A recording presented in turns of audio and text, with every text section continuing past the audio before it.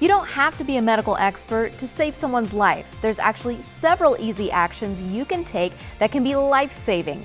In this episode of Being Well, I'll be joined by two emergency medical service professionals from Horizon Health who will demonstrate some basic care responses like CPR, how to use an AED, and more.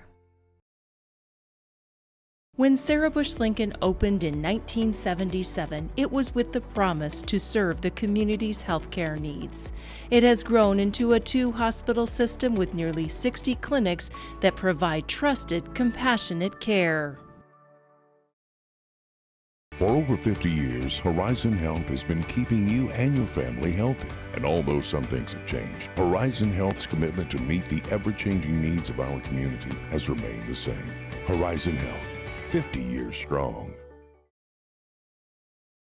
Carle is redefining healthcare around you, innovating new solutions and offering all levels of care when and where you need it. Investing in technology and research to optimize healthcare, Carle, with Health Alliance, is always at the forefront to help you thrive.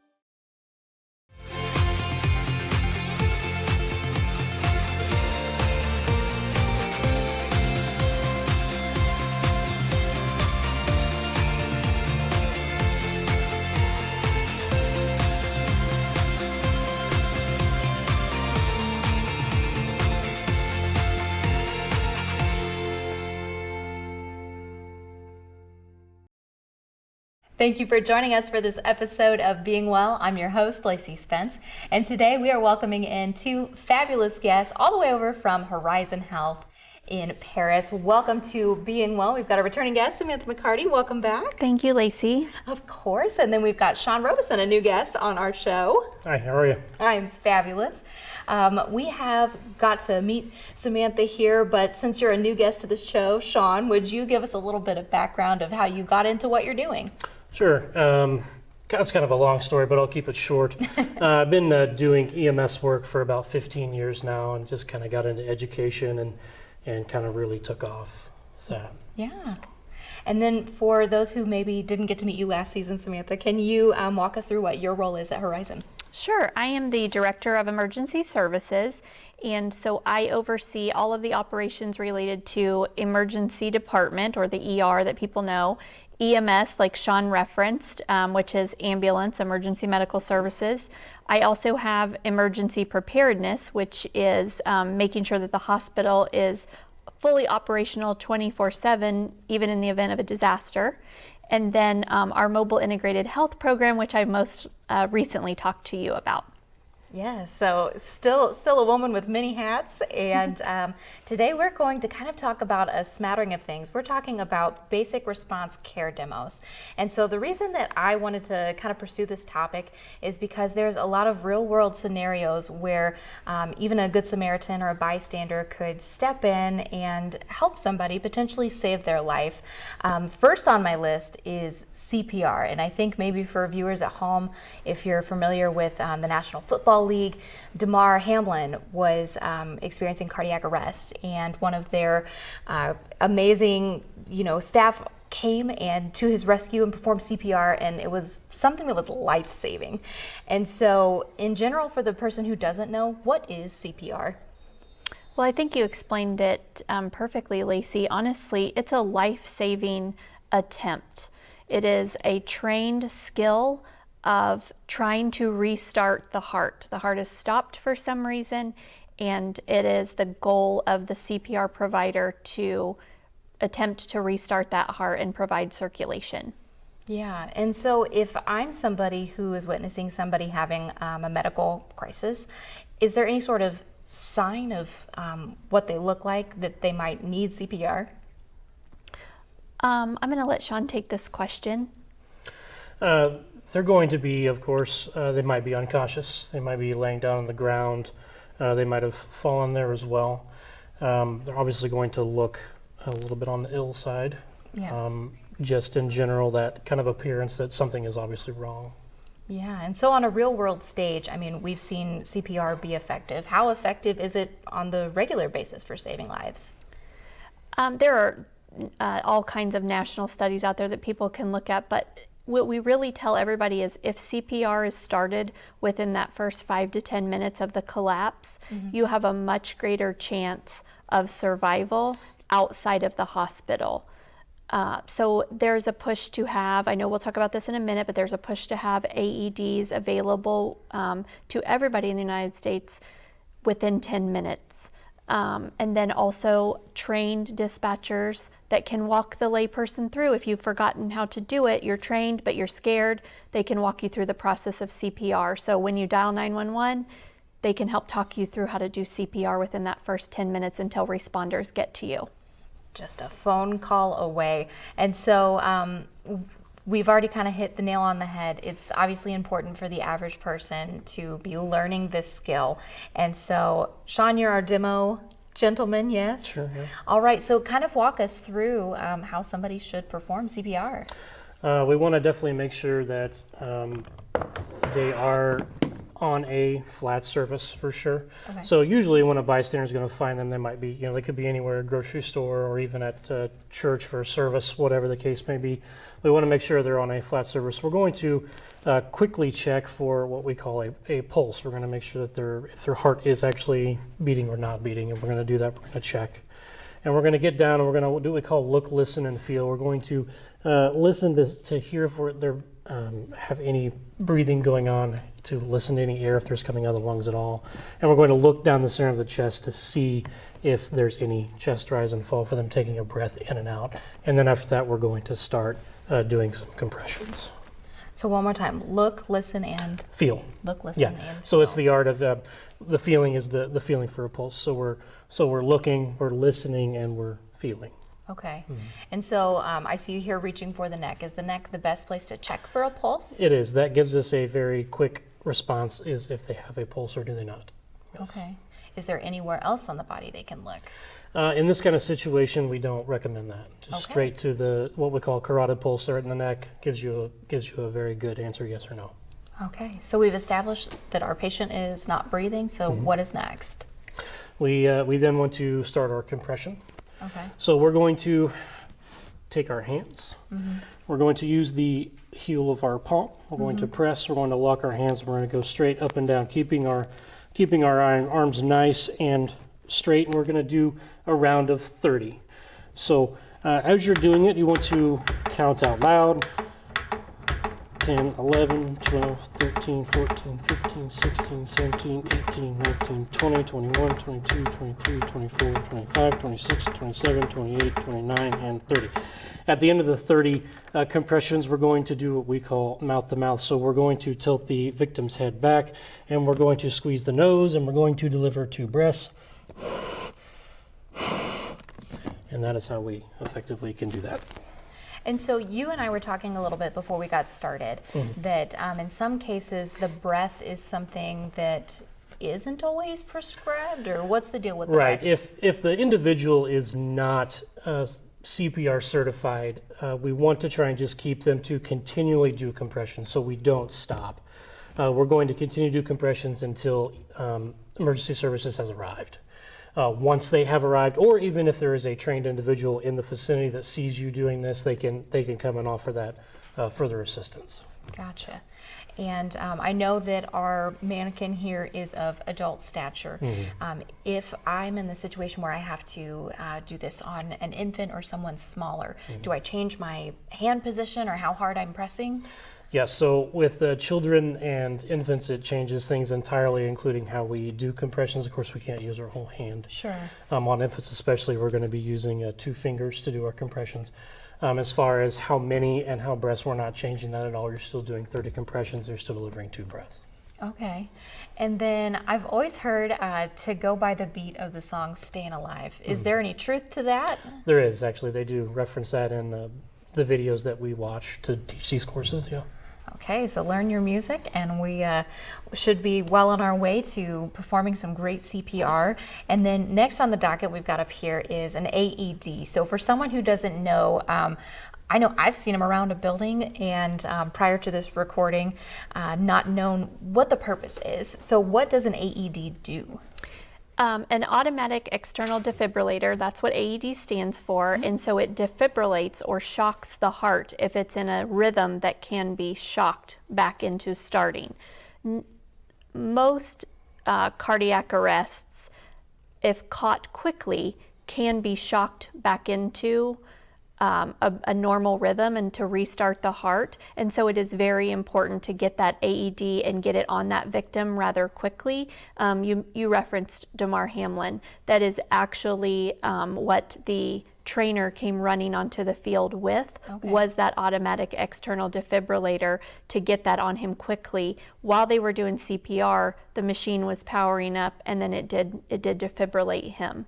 So they very much work in tandem then. Correct. So if I'm in some sort of emergency situation, is it, I guess, a good thing to have multiple people? So one might be able to issue CPR and then another AED. Do you have to issue or like use an AED, or can you do without it?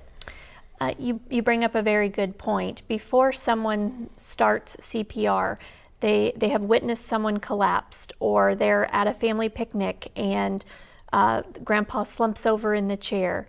The first thing that they should always do is dial 911 and get responders on the way. The other piece of that is the dispatchers on the other end of the line may know where the nearest AED is. So if you're having a picnic at the park with family, there may very well be an AED nearby that someone could go run grab. They're at most ball fields, they're in most churches, they're definitely in schools, healthcare institutions, backs of police cars, etc. So working in tandem, someone is starting CPR, someone is bringing the AED to the site.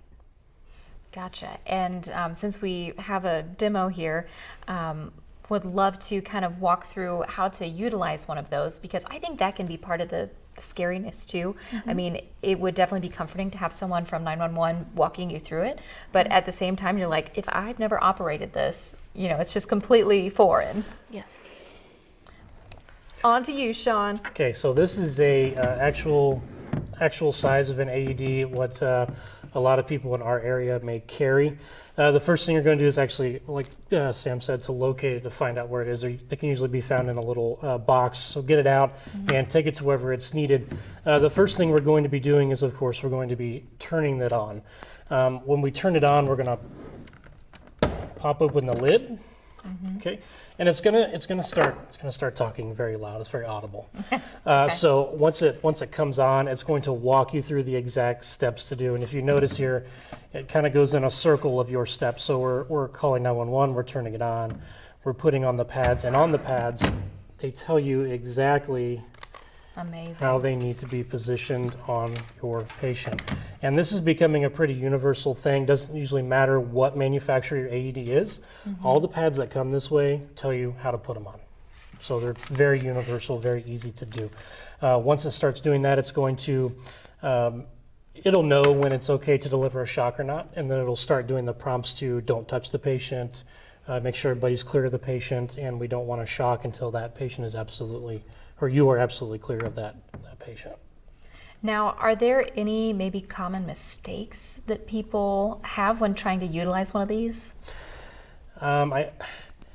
It's really hard to answer because they're so really easy to use, and they've made them so they're giving more common. There's more training out there for them, and they're just really easy to use. So, I think for a couple of pearls to remember, if you can remember, because it's a very scary time. Yeah.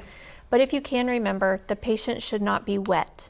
Okay. If the patient is a drowning victim and they're pulled out of a swimming pool, make sure that somebody dries off the chest before you place the pads on the chest.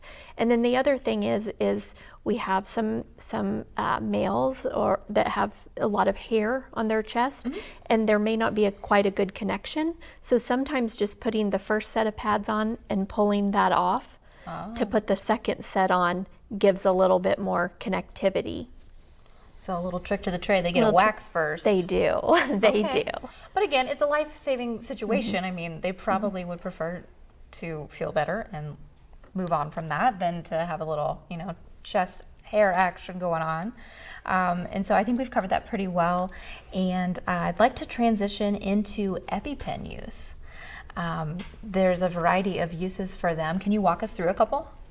EpiPens is short for epinephrine. Epinephrine is something that is reverses. You use it to reverse anaphylaxis or an allergic reaction. So commonly we see children that are allergic to nuts, peanuts, tree nuts, etc. Someone may be allergic to bee stings and get stung again at that family picnic. Most people that know that they have that type of reaction are prescribed and carry their own EpiPen. But sometimes they need help in administering that. And obviously, emergency responders carry EpiPens. So if you believe it is an allergic reaction and you dial 911, a trained responder would bring one.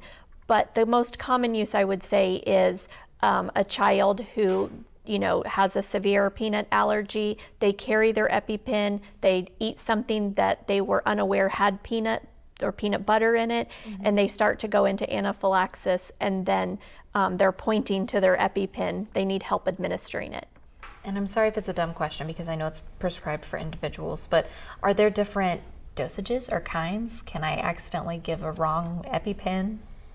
I don't think you can accidentally give a wrong one. It's just important to give the dose of it. The majority of them are standard. Okay, cool. And so as far as somebody who's trying to assist someone in administering one, Sean, can you talk about how to go about that? First of all, figure out where they've got it, whether Okay. it's in their pocket or if it's a female, they've got a purse, maybe it's in a purse. This is what we have. It's just a trainer. This is actually what they look like in real time. And there's an actual needle in here, and you're going to administer it in a very large piece of leg, Yeah. like the thigh. Like the thigh. So you're going to stick it in and hold it there for a few seconds, and then you'll pull it away. Once you pull away, this little piece will pull back so no one else gets stuck by the same needle. And it can go through clothing as well. Okay, so you don't have to worry about No. cutting anything back. Nope. I know for some people the cost has maybe deterred them. What does that kind of look like today? I'm not up on costs of medications, unfortunately. I do know that if you are prescribed it, there are programs with the manufacturer in order to be able to get that at a free or reduced cost. But just work with your primary care provider on that, whether you have a child that sees a pediatrician, and they'll work in helping you get that. I know there are also places like the Red Cross and United Way that help people with the cost of their drug medications. And so one more time, on the EpiPen itself, there's not actually anything that you press. You just remove the cap and Right. poke. Yep. So remove the cap and down it goes. Okay. I don't know why I always thought there was something on the back end. Used Maybe to be. Used to be. But for the most part, they've made them very standard and uniform. Sean, refresh me, is there a pediatric version and an adult version, or are they all? Pretty sure they're all. I'm pretty sure they're all universal. standard and universal, but they, in an attempt to make things just like the AED, just like CPR, more standard and universal, and as not dummy proof, but fear proof, Yeah. they've made them a lot easier to administer. And again, sorry if it's a dumb question. I just have not actually had to use an EpiPen. Do they expire? Do they go bad? They do expire. It will be printed on the EpiPen when the expiration date is, and most pharmacies, most physicians will re-prescribe or replace if you haven't had to use it. Gotcha. All right, so we've covered EpiPens very well. Now moving on to the Heimlich. What type of a situation could we possibly use the Heimlich? The Heimlich is extremely important for people to know. It is for a victim that is choking. And the universal choking symbol may come up. So someone may be putting their hands across their throat, their face may be turning red to blue, they may hunch over. And so knowing how to appropriately administer the Heimlich maneuver in order to help clear that patient's airway, because if it is not administered and they're lacking oxygen, the next thing will happen is they will go into cardiac arrest.